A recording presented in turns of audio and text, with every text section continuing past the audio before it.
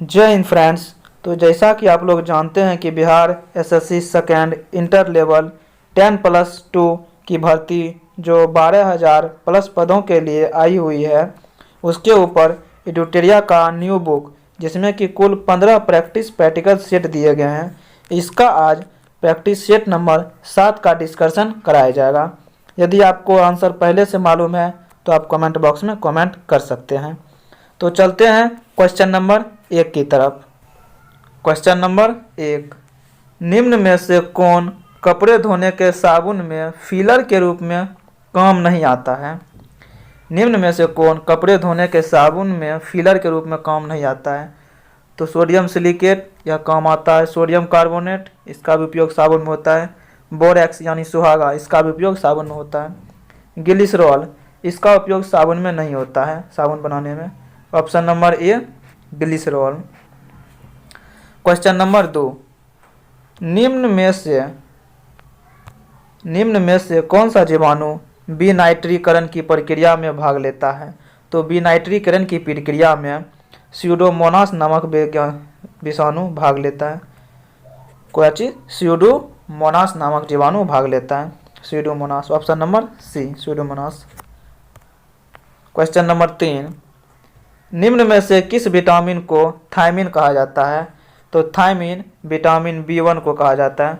Option number B vitamin B1 को thiamine कहा जाता है, विटामिन B12 को साइनोकोबालामिन, विटामिन B2 को राइबोफ्लोविन कहा जाता है। ऑप्शन बी विटामिन B1 जिसे थायमिन कहा जाता है। दाब बढ़ने पर बर्फ का गलनांक, देखिए दाब बढ़ने पर बर्फ का गलनांक घट जाएगा, दाब बढ़ने पर बर्फ का गलनांक घटेगा, परंतु मोम का हो या घी सब डालडा सब का ये सब का बढ़ता है। दाब बढ़ने पर बर्फ का गलनांक घटेगा। Option A. क्वेश्चन नंबर 5, एफला विष का उत्पादन होता है। एफला विष किससे निकाला जाता है? तो एफला विष यह कवक से निकाला जाता है। ऑप्शन नंबर ए कवक। एफला विष को कवक से निकाला जाता है। Option number A. Question number 6, रासायनिक समीकरण किस नियम के अनुसार संतुलित होता है? रासायनिक समीकरण है ना, यह किस नियम के अनुसार संतुलित होगा? तो यह द्रव्यमान संरक्षण के नियम के अनुसार। ऑप्शन नंबर सी द्रव्यमान संरक्षण के नियम के अनुसार रासायनिक समीकरण संतुलित होता है। ऑप्शन नंबर सी द्रव्यमान संरक्षण नियम। क्वेश्चन नंबर 7, परमाणु में धनावेशित कण की उपस्थिति को सर्वप्रथम निम्न में से किसने दर्शाया? तो परमाणु में धनावेशित कण जिसे प्रोटॉन कहते हैं उसको गोल्डस्टीन ने दर्शाया था। Option number A Goldstein. Chadwick neutron को दर्शाया, जे थॉमसन नेगेटिव था इलेक्ट्रॉन उसे दर्शाया। Question number A Goldstein. Haemophilia एक आनुवांशिक विकार है, इसमें क्या होता है? हीमोफीलिया रोग में क्या होता है? तो रक्त का थक्का नहीं बनता है। ऑप्शन नंबर बी में एक प्रोटीन का संश्लेषण नहीं होता है जो रक्त के स्कंदन के लिए आवश्यक है, यानी वह प्रोटीन नहीं बनता है जो रक्त को थक्का बना सके। ऑप्शन नंबर बी हीमोफीलिया रोग में होता है रक्त थक्का नहीं बनता है। क्वेश्चन नंबर 9, निम्न युग में से सुमेलित कीजिए। निम्न युग में से कौन सुमेलित नहीं है? तो मलेरिया, मलेरिया की दवा सिनोरियम सही है। कैंसर, कैंसर का दवा का नाम है नेक्सवार, ये भी सही है। पोलियो, पोलियो का ओपीवी, ओपीवी दवा नहीं है टीका है, तो ये हो जाएगा 3। कुष्ठ रोग DOTS यो इसकी दवा है। ये 3 सुमेलित है, केवल ऑप्शन नंबर 3 में जो है ये सुमेलित नहीं है, यानी ऑप्शन नंबर डी यानी क्या कि पोलियो का टीका है OPV। क्वेश्चन नंबर 10, निम्नलिखित में से किस पौधे को जड़, तना एवं पत्तियों में विभेदित नहीं किया जा सकता? कौन सा पौधा है जिसे जड़, तना और पत्ती में अलग अलग नहीं कर सकते? तो एस्पाइरोगाइरा। एस्पाइरोगाइरा यह ऐसा पौधा है जिसे जड़, तना एवं पत्ती में विभेदित नहीं कर सकते। Option number C spirogyra. Question number 11, निम्नलिखित में से कौन सा दूध प्रोटीन है? कौन इस चारों में से दूध प्रोटीन है? तो केसिन को दूध प्रोटीन कहा जाता है, केसिन के कारण दूध का उजला रंग होता है। Option number C. और कैरोटीन के कारण पीला रंग होता है। ऑप्शन नंबर सी। एंटीबायोटिक के बारे में इनमें से कौन सा कथन सही नहीं है? एंटीबायोटिक के बारे में कौन सा कथन सही नहीं है? बायोटिक यानी बैक्टीरिया यानी जीवाणु, एंटीबायोटिक जीवाणु रोगियों के विरुद्ध प्रभावी होता है, ये सही बात है। एंटीबायोटिक विषाणु के विरुद्ध प्रभावी नहीं होता, ये भी सही बात है। एंटीबायोटिक जुकाम एवं फ्लू में प्रभावी नहीं होता है, जुकाम एवं फ्लू वायरस के कारण होता है, ये भी सही है, इसमें प्रभावी नहीं होगा। एंटीबायोटिक के दुष्प्रभाव में डिप्थीरिया, फाइलेरिया और चेचक शामिल होते हैं, ये सब भी विषाणु का रोग है, यानी ऑप्शन नंबर डी यह गलत दिया गया है, ऑप्शन नंबर डी। क्योंकि यह इसमें एंटीबायोटिक काम नहीं करता है, क्योंकि एंटीबायोटिक जीवाणु में काम करता है, लेकिन यह विषाणु जनित रोग है। क्वेश्चन नंबर 13, यकृत में यूरिया का संश्लेषण होता है। यकृत में यूरिया का संश्लेषण किसके कारण होता है? तो ऑर्निथिन चक्र, यकृत में यूरिया का संश्लेषण ऑर्निथिन चक्र कहलाता है, ऑप्शन नंबर डी ऑर्निथिन चक्र। क्वेश्चन नंबर 14, इनमें से कौन कार्बोहाइड्रेट मोनोसेकेराइड है? मोनोसेकेराइड कौन है? तो ग्लूकोज एवं फ्रक्टोज, ग्लूकोज एवं फ्रक्टोज मोनोसेकेराइड है। माई जी से ग्लूकोज, एफ से fructose, my G F, monosaccharide glucose और फ्रक्टोज। और डाइसेकेराइड होता है disaccharide D L motorcycle M S, disaccharide हो जाएगा लैक्टोज, माल्टोज, सुक्रोज, ये तीनों डाइसेकेराइड हो जाएगा, यानी monosaccharide glucose fructose, option number A. Question number 15, यदि किसी गेंद को ऊर्ध्वाधर रूप से ऊपर फेंका जाए तो गुरुत्वीय त्वरण किस दिशा में आरोपित होता है? कोई भी गेंद को ऊपर फेंकेंगे तो गुरुत्वीय त्वरण गेंद के विपरीत दिशा में लगेगा, ऑप्शन नंबर बी, गेंद की विपरीत दिशा में गुरुत्वीय त्वरण लगेगा। और क्वेश्चन नंबर 16, रासायनिक रूप से जल है, जल क्या है? रासायनिक रूप से जल एक ऑक्साइड है, ऑप्शन नंबर बी, रासायनिक रूप से जल एक ऑक्साइड है, रासायनिक रूप से जल एक ऑक्साइड है, ऑप्शन नंबर बी।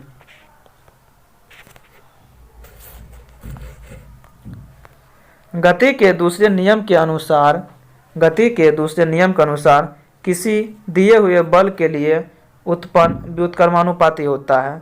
गति के द्वितीय नियम के अनुसार बल के द्वारा उत्पन्न त्वरण व्युत्क्रमानुपाती होता है, F बराबर एम ए होता है, तो ए केकर विरुद्ध हो जाएगा? F बटे एम, एम के व्युत्क्रमानुपाती ए हो जाएगा, यानी द्रव्यमान के, किसी भी वस्तु के द्रव्यमान के व्युत्क्रमानुपाती त्वरण होता है, ऑप्शन नंबर डी।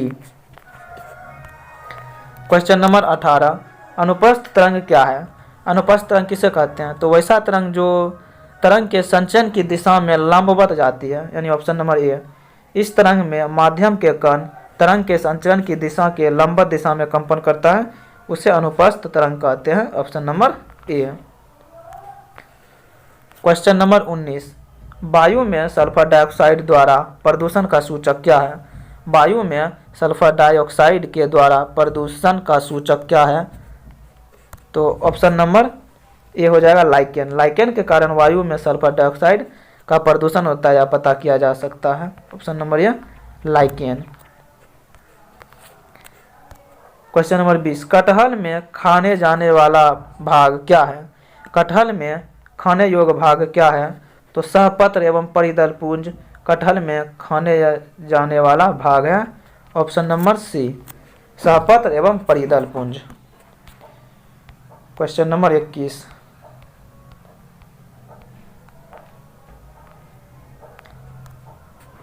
निम्न में से कौन सा विद्युत चुंबकीय तरंग का गुण नहीं है? विद्युत चुंबकीय तरंग का कौन सा गुण है जो कि नहीं है? तो विद्युत चुंबकीय तरंग व्यतिकरण एवं विवर्तन नहीं दिखाती है, यह गलत लिखा गया, यानी ऑप्शन नंबर ए ही हो जाएगा। व्यतिकरण भी दिखाती है, विवर्तन भी दिखाती है। विद्युत चुंबकीय तरंग अनुप्रस्थ होती है, सही बात है। विद्युत तथा चुंबकीय क्षेत्र एक दूसरे के लंबवत होती है, सही है।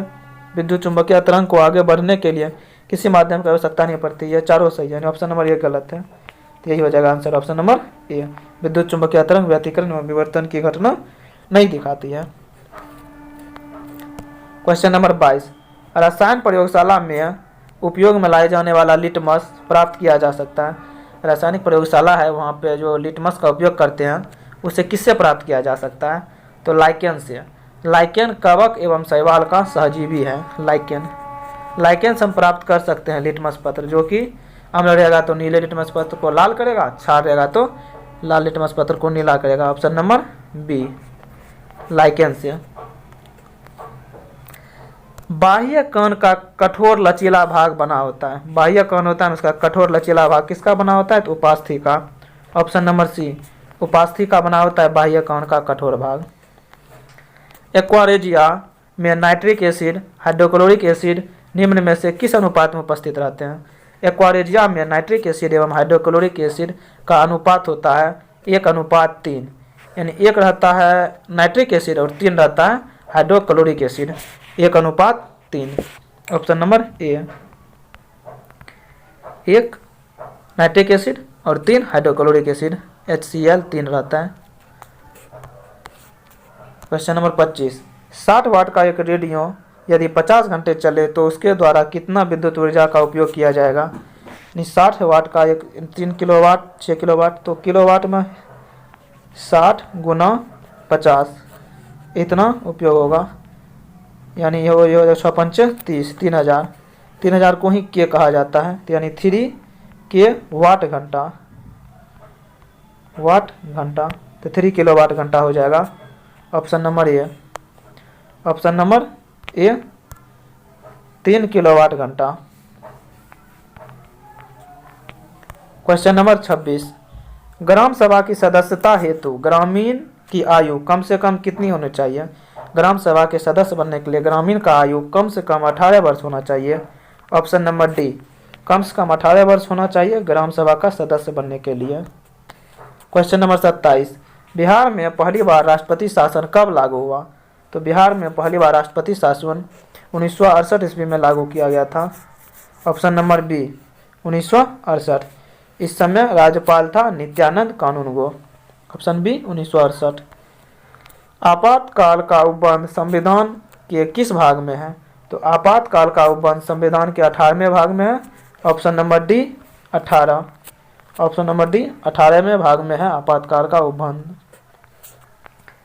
क्वेश्चन नंबर 29, निम्न में से कौन सा युग्म सुमेलित नहीं है? तो सुमेलित नहीं है कौन सा युग्म? अनुच्छेद 39 के ए में समान एवं निःशुल्क विधिक सहायता, ये सुमेलित है। अनुच्छेद 29 में अल्पसंख्यक वर्ग के हितों का संरक्षण, यह भी सुमेलित है। अनुच्छेद 44 में समान सिविल संहिता, यह भी सुमेलित है। अनुच्छेद 50 में अंतर्राष्ट्रीय शांति एवं सुरक्षा की अभिवृद्धि, यह सुमेलित नहीं है। अंतर्राष्ट्रीय सुरक्षा की अभिवृद्धि 51 में है और अनुच्छेद 50 में कार्यपालिका को न्यायपालिका से पृथक किया जाएगा, यह है 50-50 हो जाएगा कार्यपालिका और न्यायपालिका 50 में, यानी इसका option number D. Question number 30, Bharat के संविधान के अंतर्गत धन विधेयक को प्रस्तुत किया जाता है। भारत के जो संविधान है उसके अंतर्गत धन विधेयक को प्रस्तुत किया जाएगा किसके कारण? सबसे पहले कहाँ? तो लोकसभा में। ऑप्शन ए, धन विधेयक को लोकसभा में ही प्रस्तुत किया जा सकता है। ऑप्शन ए। लोक लेखा समिति, क्वेश्चन 31, लोक लेखा समिति अपनी रिपोर्ट किसे सौंपती है? तो लोक लेखा समिति अपना रिपोर्ट लोकसभा के अध्यक्ष को सौंपता है। लोक लेखा समिति अपना रिपोर्ट लोकसभा के अध्यक्ष को सौंपता है। ऑप्शन नंबर डी, लोकसभा का अध्यक्ष। निम्नलिखित में से किन्हें राष्ट्रपति नियुक्त होने से पूर्व उपराष्ट्रपति पद पर कार्य नहीं किया? कौन है जो राष्ट्रपति बना लेकिन उपराष्ट्रपति पद पर कार्य नहीं किया था? तो नीलम संजीव रेड्डी। यह ऐसे राष्ट्रपति थे जो कि डायरेक्ट राष्ट्रपति बने थे या उपराष्ट्रपति के पद पर कार्य नहीं किए थे। Option number A, Neelam Sanjeev Reddy. Question number 33, मौलिक अधिकार एवं अल्पसंख्यक हेतु संविधान सभा द्वारा गठित समिति के अध्यक्ष थे। मौलिक अधिकार एवं अल्पसंख्यक, उसके द्वारा संविधान सभा में गठित समिति का अध्यक्ष कौन था? तो मौलिक अधिकार से जो बनाया गया था वह सरदार वल्लभ भाई पटेल उसके अध्यक्ष थे, मौलिक अधिकार से संबंधित समिति का। तो option number D, Sardar Vallabh भाई पटेल। क्वेश्चन नंबर 34, किस वर्ष यूरोप में अंग्रेज एवं फ्रांसीसियों के मध्य सप्तवर्षीय युद्ध हुआ था? तो 1756 में जो शुरू हुआ था और 1763 तक चला था सप्तवर्षीय युद्ध। तो स्टार्ट हुआ था 1756। ऑप्शन नंबर बी, फ्रांस एवं अंग्रेज के बीच चला था सप्तवर्षीय युद्ध, जिसे तृतीय कर्नाटक युद्ध भी कहा जाता है भारत में। क्वेश्चन नंबर 35, हिंदी भाषा के प्रथम समाचार पत्र का प्रकाशन किस स्थान से हुआ था? तो हिंदी भाषा का सर्वप्रथम समाचार पत्र का प्रकाशन यह कलकत्ता से हुआ था। ऑप्शन नंबर डी, कलकत्ता से, जिसका नाम था करवाया था उदंत मार्टेंड ने। Option number D Calcutta. Question number 36,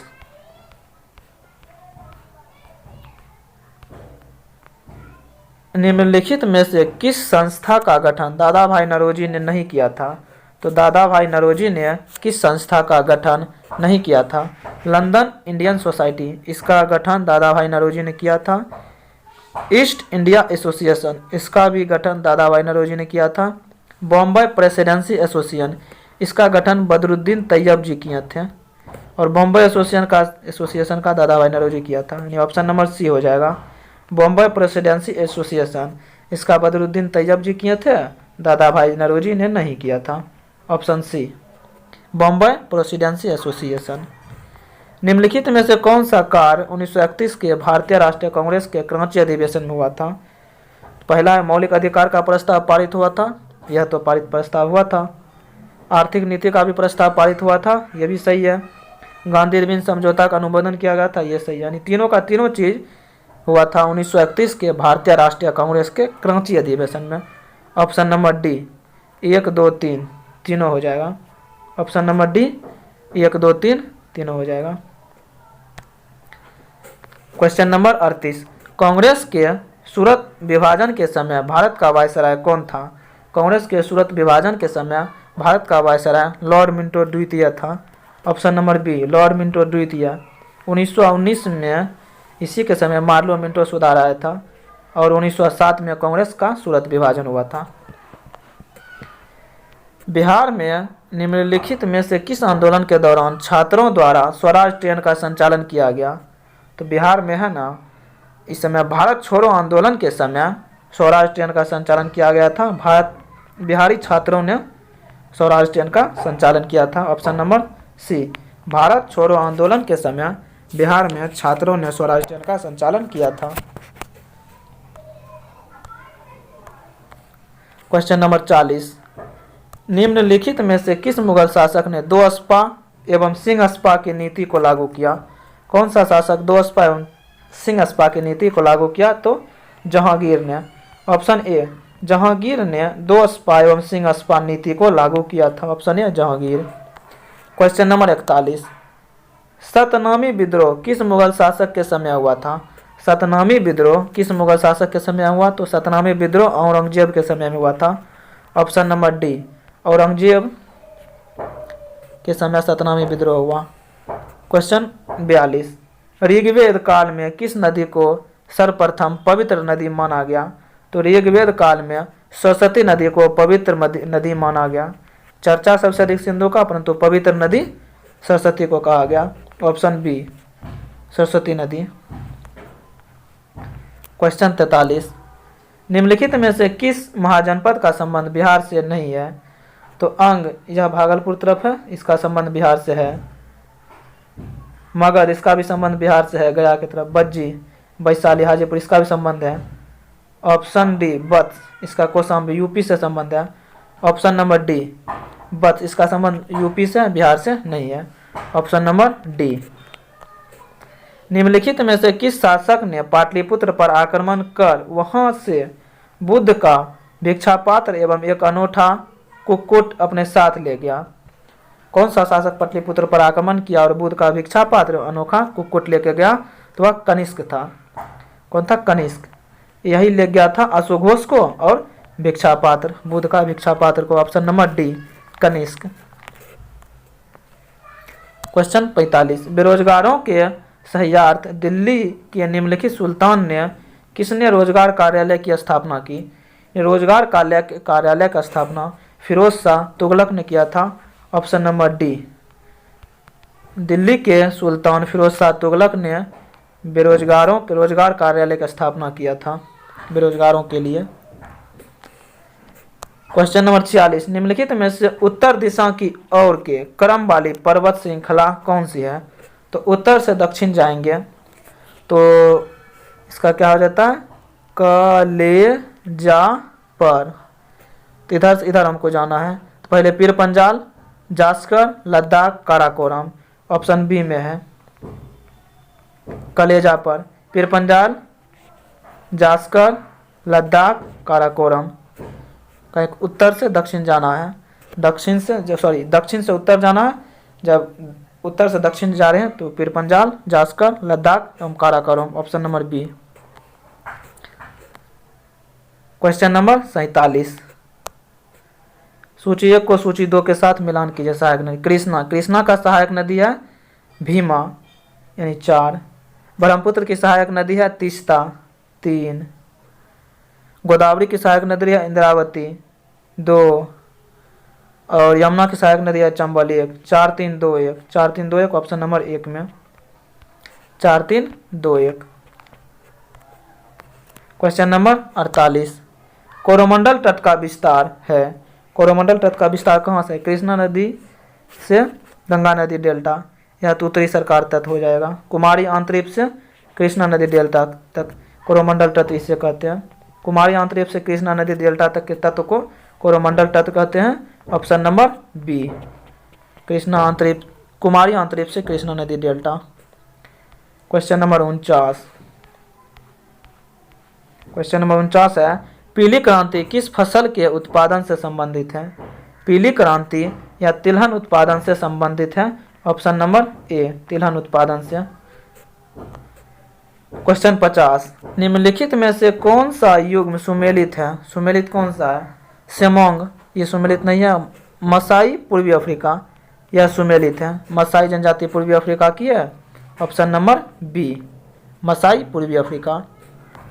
question 51, Bharat में निम्नलिखित में से भू कौन सी श्रेणी नवीनतम है? मतलब सबसे यंग श्रेणी कौन सी है? तो अरावली पुरानी है, विंध्य पर्वत भी पुराना है, पूर्वी घाट भी पुराना, सब ढक्कन का पठार का है भाग, हिमालय पर्वत नया पर्वत है। सबसे नवीनतम श्रेणी है हिमालय श्रेणी। ऑप्शन नंबर सी, इस चारों ऑप्शन में से नवीनतम श्रेणी है हिमालय श्रेणी। Option number C. एक चंद्र दिवस की अवधि होती है, एक चंद्र दिवस की अवधि कितना होती है? तो 24 घंटा 52 मिनट। एक चंद्र दिवस की अवधि होती है 24 घंटा 52 मिनट। ऑप्शन नंबर ए, 24 घंटा 52 मिनट। सौभाग्य योजना संबंधित है। सौभाग्य योजना किससे संबंधित है? तो एक जब नवजात बालिका का जन्म पर कुछ वित्तीय सहायता दी जाती है, इसी प्रावधान को सौभाग्य योजना कहते हैं। ऑप्शन नंबर डी, एक नवजात बालिका के जन्म पर वित्तीय सहायता का प्रावधान। ऑप्शन डी, इसे ही सौभाग्य योजना कहेंगे। क्वेश्चन 54, अटल नव प्रवर्तन यानी अटल इनोवेशन मिशन किसके अधीन स्थापित किया गया? तो अटल इनोवेशन मिशन या नीति आयोग के द्वारा स्थापित किया गया। ऑप्शन नंबर सी, नीति आयोग। निम्नलिखित सूचकांक में से कौन सा मानव विकास सूचकांक की गणना सम्मिलित नहीं होती है? मानव विकास सूचकांक HDI में किसे सम्मिलित नहीं किया है? तो सामाजिक असमता को सम्मिलित नहीं किया गया, बाकी जीवन प्रत्याशा, शिक्षा और प्रति व्यक्ति आय, इस तीनों को सम्मिलित किया गया है। ऑप्शन नंबर डी, सामाजिक असमानता को सम्मिलित नहीं किया गया है मानव विकास सूचकांक में। भारत में सेवा कर किसकी सिफारिश पर लागू हुआ है? तो भारत में सेवा कर या राजा जे चलैया समिति, राजा जे चलैया समिति के सिफारिश पर लागू हुआ है सेवा कर। ऑप्शन नंबर बी, राजा जे चलैया समिति। क्वेश्चन नंबर 57, नाबार्ड, भारत में नाबार्ड बैंक पुनर्वित्त उपलब्ध नहीं कराता। नाबार्ड बैंक किससे पैसा नहीं देता है? तो यह निर्यात और आयात बैंक इसके साथ पुनर्वित्त उपलब्ध नहीं कराता है, बाकी अनुसूचित बैंक के साथ, क्षेत्रीय बैंक एवं राज्य भूमि बैंक के साथ कराता है। ऑप्शन नंबर सी, आयात निर्यात बैंक के साथ नाबार्ड पुनर्वित्त उपलब्ध नहीं कराता। क्वेश्चन नंबर 58, सबसे अधिक स्थिर पारिस्थितिकी तंत्र कौन सा है? सबसे अधिक स्थिर पारिस्थितिकी तंत्र या महासागर है। ऑप्शन नंबर ए, महासागर सबसे अधिक स्थिर पारिस्थितिकी तंत्र है। ऑप्शन ए, महासागर। क्वेश्चन नंबर 59, इनमें से कौन खाद्य श्रृंखला का निर्माण करता है? खाद्य श्रृंखला का निर्माण कौन करता है? घास को गेहूं खाएगा, ये गलत है। घास को बकरी खाएगी, बकरी को आदमी खाएगा। ऑप्शन बी, ऑप्शन बी सही है। घास को बकरी खाएगा, बकरी को आदमी खाएगा, इससे खाद्य श्रृंखला का निर्माण हो जाएगा। Option B. सूची फर्स्ट को सूची 2 के साथ सुमेलित करने के लिए कह रहा है। पहला राज्य है, दूसरा राष्ट्रीय उद्यान है। उत्तराखंड राजाजी राष्ट्रीय उद्यान 2, इससे ही। और असम में है मानस 4, ओडिशा में है सिमलीपाल 3, और कर्नाटक में Bandipur 1। 2 4 3 1, 2 4 3 1 option number B. 2 4 3 1 Uttarakhand में राजाजी, असम में मानस, ओडिशा में सिमलीपाल, कर्नाटक में बांदीपुर। बोकारो स्टील प्लांट की स्थापना किस वर्ष हुई? बोकारो स्टील प्लांट की स्थापना 1968 में हुई। इसी समय बिहार में पहली बार राष्ट्रपति शासन भी लागू हुआ था। ऑप्शन सी, 1968 में बोकारो स्टील प्लांट की स्थापना हुई। किस देश की संसद का नाम फेडरल असेंबली है? कौन सा देश है जिसके संसद का नाम फेडरल असेंबली है? तो तुर्की के संसद का नाम फेडरल असेंबली है। ऑप्शन ए, तुर्की के संसद का नाम फेडरल असेंबली है। लाली वन्यजीव अभ्यारण्य, क्वेश्चन 63, लाली वन्यजीव अभ्यारण्य किस राज्य में स्थित है? तो लाली वन्यजीव अभ्यारण्य अरुणाचल प्रदेश में स्थित है। Option number A, Arunachal Pradesh. लाली वन्यजीव अभ्यारण्य अरुणाचल प्रदेश में है। वन्य जीव सप्ताह कब मनाया जाता है? तो वन्य जीव सप्ताह अक्टूबर के पहले सप्ताह में मनाया गया। वन्य जीव सप्ताह अक्टूबर के पहले सप्ताह में मनाया गया था। ऑप्शन ए, अक्टूबर का पहला सप्ताह। किस राज्य सरकार के द्वारा हमर बेटी हमर जान योजना की शुरुआत हुई है? किस राज्य सरकार ने हमर बेटी हमर जान योजना की शुरुआत किया है? तो छत्तीसगढ़ सरकार। छत्तीसगढ़ सरकार ने हमर बेटी हमर जान योजना की शुरुआत की है। Option A, Chhattisgarh. Question 66, smoke and एसेप्स पुस्तक के लेखक कौन है? स्मोक एंड एसेप्स पुस्तक के लेखक अमिताभ घोष है। Option number C, smoke and एसेप्स के लेखक अमिताभ घोष है। Option C, Amitav Ghosh. Question number 67, CORPAT 23 सैन्य अभ्यास का आयोजन भारत तथा किस देश के मध्य हुआ? तो कॉर्पेट 2023 का आयोजन भारत तथा थाईलैंड के मध्य हुआ है। Option B, Thailand. भारत तथा थाईलैंड के मध्य हुआ। क्वेश्चन 68, क्वेश्चन 68, वैश्विक शांति सूचकांक 2022 में भारत का स्थान क्या है? तो वैश्विक शांति सूचकांक में 22 के अनुसार भारत का स्थान 135वां है। ऑप्शन सी, 135वां स्थान भारत का है वैश्विक शांति सूचकांक में। क्वेश्चन 69, 22वां विधि आयोग का अध्यक्ष किसे नियुक्त किया गया है? तो 22वां विधि आयोग का अध्यक्ष ऋतुराज अवस्थी को नियुक्त किया गया है। Option number C, Rituraj Awasthi. Rituraj Awasthi को 22वां विधि आयोग का अध्यक्ष नियुक्त किया गया है। क्वेश्चन 70, अनवर इब्राहिम हाल ही में किस देश के प्रधानमंत्री नियुक्त हुए हैं? तो अनवर इब्राहिम यह मलेशिया के प्रधानमंत्री नियुक्त हुए हैं। Option A, Malaysia. Anwar Ibrahim Malaysia के प्रधानमंत्री नियुक्त हुए हैं। Option A. विश्व स्वास्थ्य दिवस 23 का विषय है। विश्व स्वास्थ्य दिवस 23 का विषय क्या है? तो health for all. Option B, health for all. यह विश्व स्वास्थ्य दिवस 23 का विषय है। B, health for all. Asian game 2022 का आयोजन कहाँ किया गया है? तो एशियन गेम 2022 का आयोजन यह चीन में किया गया है, जिसमें भारत का चौथा स्थान था। ऑप्शन ए, चीन। एशियन गेम्स का आयोजन चीन में किया गया है। भौतिकी के क्षेत्र में नोबेल पुरस्कार 23 से किसे सम्मानित किया गया है? भौतिकी के क्षेत्र में नोबेल पुरस्कार 23 या पियरे एगोस्टोमी, फेडरेकास एवं एनी हुई लिरियर तीनों को मिला है। ऑप्शन डी, सभी को मिला है। तीनों आदमी को भौतिकी क्षेत्र का नोबेल पुरस्कार दिया गया है। क्वेश्चन 74, अपनी इंटरनेट सेवा शुरू करने वाला भारत का पहला राज्य कौन सा है? तो अपना खुद का इंटरनेट शुरू करने वाला भारत का पहला राज्य है केरल। खुद का इंटरनेट शुरू करने वाला भारत का पहला राज्य केरल है। Option number A, Kerala. Question 75, budget 2023-24 में केंद्र सरकार ने देश के कितने ब्लॉक में आकांक्षी ब्लॉक योजना कार्यक्रम की शुरुआत की गई है? तो बजट 23-24 में केंद्र सरकार ने देश के 500 ब्लॉक में आकांक्षी ब्लॉक योजना की शुरुआत की गई है। कितना? 500 block. Option number D, 500। Next आपको रीजनिंग एवं मैथ का डिस्कशन नेक्स्ट वीडियो में मिल जाएगा। आप लोग को जितना जितना स्कोर आया वो आप कमेंट बॉक्स में कमेंट कर सकते हैं। धन्यवाद।